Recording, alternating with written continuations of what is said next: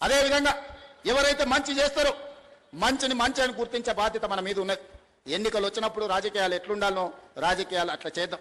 అదేవిధంగా ఈనాడు కొంతమంది మాట్లాడుతున్నారు, దాని గురించి ఒక 5 నిమిషాలు నేను చెప్పదలుచుకున్నాను.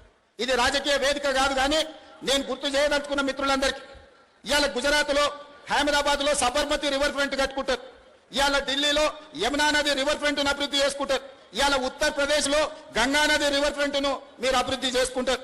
మీరు ఇక్కడికి వచ్చి సబర్మతి రివర్ ఫ్రంట్ చూద్దారని మా గుజరాత్లో మా మోడీ గారు ఎంత గొప్పగా చేసిండు అని. అయ్యా మాకేం అభ్యంతరం లేదు, మోడీ గారు సబర్మతి రివర్ ఫ్రంట్ చేయొచ్చు, ఢిల్లీ ప్రభుత్వం యమునా రివర్ ఫ్రంట్ చేయొచ్చు, యోగి ఆదిత్యనాథ్ దాస్ మీకు గంగా నది చేయొచ్చు. సంతోషం, మీరు బాగా చేసుకున్నారు. మరి మేము మూసీ నది ప్రక్షాళన చేసుకోవద్దా అని నేను అడుగుతున్నా. ఇవాళ అడ్డం పడుతున్న వాళ్ళు, ఇవాళ ఈ మూసీ రివర్ డెవలప్మెంట్ ఫ్రంట్ ద్వారా గండిపేట నుంచి గౌరెల్లి వరకు 55 కిలోమీటర్లు ఈ రోజు అంతర్జాతీయ స్థాయిలో మనం అభివృద్ధి చేసుకుంటే ఆర్థికంగా నగరం టూరిజంలో అభివృద్ధి పదం వైపు నడుస్తుంది, యువతకు ఉద్యోగ ఉపాధి అవకాశాలు వస్తాయి. మీరు కూడా ఉప్పల్ మూసీ పక్కన ఉన్నామంటే ఒక రివర్ ఫ్రంట్, న్యూయార్క్ న్యూజెర్సీ మధ్యలో హడ్సన్ రివర్ ఫ్రంట్ దగ్గర ఒక్కొక్క అపార్ట్మెంట్ 100 కోట్ల విలువ ఉన్నది. ఇవాళ మురికున్నందుకే ఈ భూమిలో విలువలేరు కదా, ఇవాళ మురికున్నందుకే ఇక్కడ ప్రజలు నివసిస్తలేరు కదా. ఇవాళ ఈ మురికి నల్గొండ జిల్లా ప్రజలకు ఈ రోజు కాలుష్యమై కాటేస్తుంటే నల్గొండ ప్రజల పట్ల కనికరం చూపించాల్సిన బాధ్యత ఈ ప్రభుత్వానికి లేదా? నల్గొండ జిల్లాలో ఆలేరు భువనగిరి ఆ ప్రాంతానికి వెళ్తే కొత్తగా పెళ్లిళ్ళైన ఆడపిల్లల్ని మగపిల్లల్ని ఊరు నుంచి పట్టణానికి పంపిస్తారు. ఇక్కడ ఉంటే ప్రెగ్నెన్సీ ప్రాబ్లం ఉన్నది, కలుషితమైన నీళ్లు తాగినా ఇక్కడ పండించిన పంట తిన్నా కడుపు కోతకు గురవుతారని చెప్పి ఈ రోజు అక్కడ ఉండే తల్లులు తమ బిడ్డల్ని పట్టణం పంపిస్తారు. అంత దుర్భరమైన పరిస్థితి. ఒకవైపు నల్గొండలో ఫ్లోరైడ్ ప్రాబ్లం, రెండో వైపు మూసీ కాలుష్యం, చచ్చిన శవాల కలేబరాలు ఈ రోజు నల్గొండ జిల్లా కొట్టుకొస్తుంటే ఆ ప్రాంతంలో ఉన్న ప్రజలు మూసీ ప్రక్షాళన చేయమని నన్ను తీసుకెళ్లి పాదయాత్ర చేస్తే నేను చూసి వచ్చిన. నేను ఇవాళ మిత్రులారా, మనం ఎందుకు మూసీ నది ప్రక్షాళన చేసుకోవద్దు? మూసీ నది ఒడ్డున ఉన్న పేదలకు ఏవైనా ఇల్లు పోతే ఇల్లు ఇద్దాం, ఉపాధి పోతే ఉపాధి కల్పిద్దాం, ఉద్యోగ అవకాశాలు కల్పిద్దాం, అవకాశం ఉన్న దగ్గర అభివృద్ధి చేద్దాం, వాళ్ళను మంచి వాళ్ళ పిల్లల్ని మంచి స్కూళ్ళల్లో చదువులు చెప్పిద్దామని నేనంటే లేదు, మేము అడ్డం పడతారంటారు. ఇవాళ కేంద్ర మంత్రిగా ఉన్న పెద్ద మనిషి ఇవాళ పెద్ద పెద్ద మాటలు మాట్లాడుతున్నావు. నువ్వు మూసీ నదికి అనుమతులు తెస్తావా తేవా? నువ్వు ఇక్కడ పార్లమెంట్ సభ్యుడు కదా అని నేను అడుగుతున్నా. అదేవిధంగా ఒకనాడు ఢిల్లీ తర్వాత మెట్రో మనది 2వ స్థానంలో ఉండే, ఇవాళ 9వ స్థానానికి పడిపోయినాం. కారణాలు ఏవైనా ఉండని, అడ్డుపట్టోళ్ళు ఎవరు, కాళ్ళలో కట్టెలు పెట్టింది ఎవరు, నేను మాట్లాడదలుచుకోలే. ఇవాళ మనకు తెలివి వచ్చింది, ఇవాళ మనం మెట్రోని విస్తరించుకోవాలనుకున్నాం. ఇవాళ నాగోల్ జంక్షన్ నుంచి బరాబర్ ఎల్బీ నగర్ నుంచి ఓఎస్ హాస్పిటల్, ఆ నుంచి చాంద్రాయణ గుట్ట, ఆ నుంచి రాజేంద్ర నగర్ డైరెక్ట్ అంతర్జాతీయ ఎయిర్పోర్ట్ కు ఈ నాగోల్ నుంచి ఈ రోజు మెట్రో విస్తరణ చేయాలని నేను ప్రతిపాదనలు పంపించిన. నేను ఇక్కడున్న మిత్రులను అడుగుతున్నా, నాగోల్ నుంచి అంతర్జాతీయ ఎయిర్పోర్ట్ కు మెట్రో కావాలన్నా వద్దా? మీరు ఒకసారి ఆలోచన చెయ్యాలి. ఇవాళ మనం ఎయిర్పోర్ట్ పోవాలంటే ఎక్కడెక్కడో తిరిగి చుట్లు తిరిగి పోవాల్సి వస్తుంది.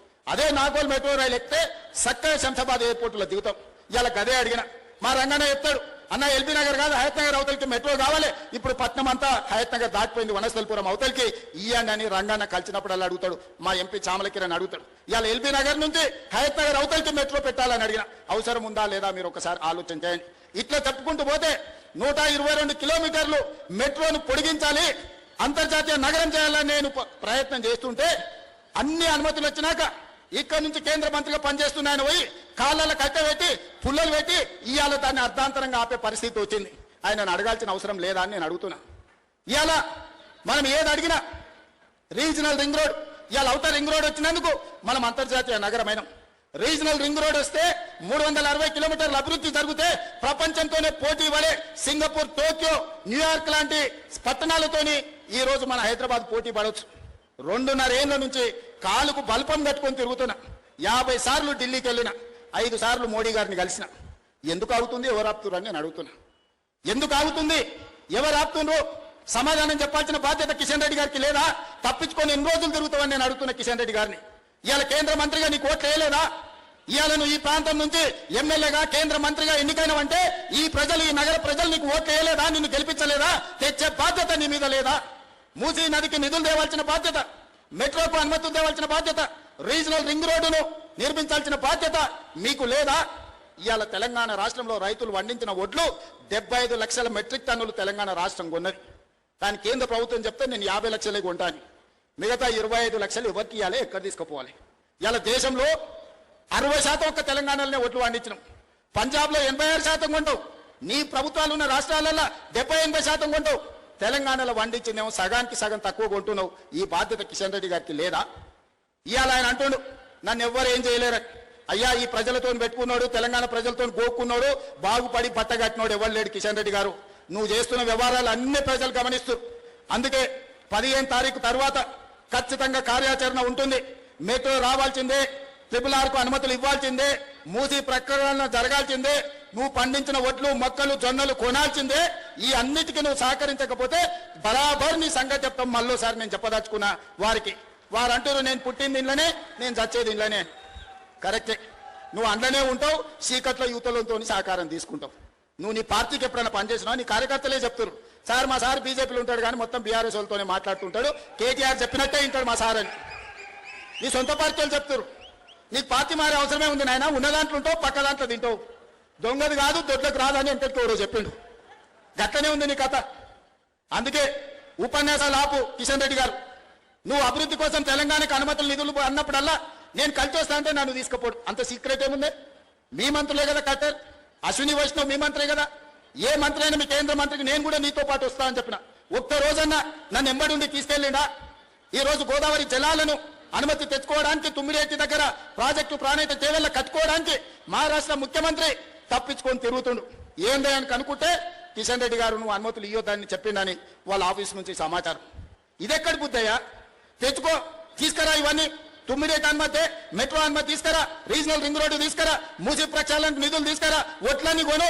నిన్నే ఎల్పీ స్టేడియంలో 1,00,000 మందిని పిలిచి పెద్ద ఎత్తున సాల్వ కప్పి గంట పెండారం తొడుగుతాం నీకే. మేమందరం కలిసి మా కార్యకర్తలు అందరూ కలిసి తెలంగాణకు సహకారం అందించి కిషన్ రెడ్డి గారు సీకట్ల వాళ్ళతో గూడి పుటాన్ని చేయకు.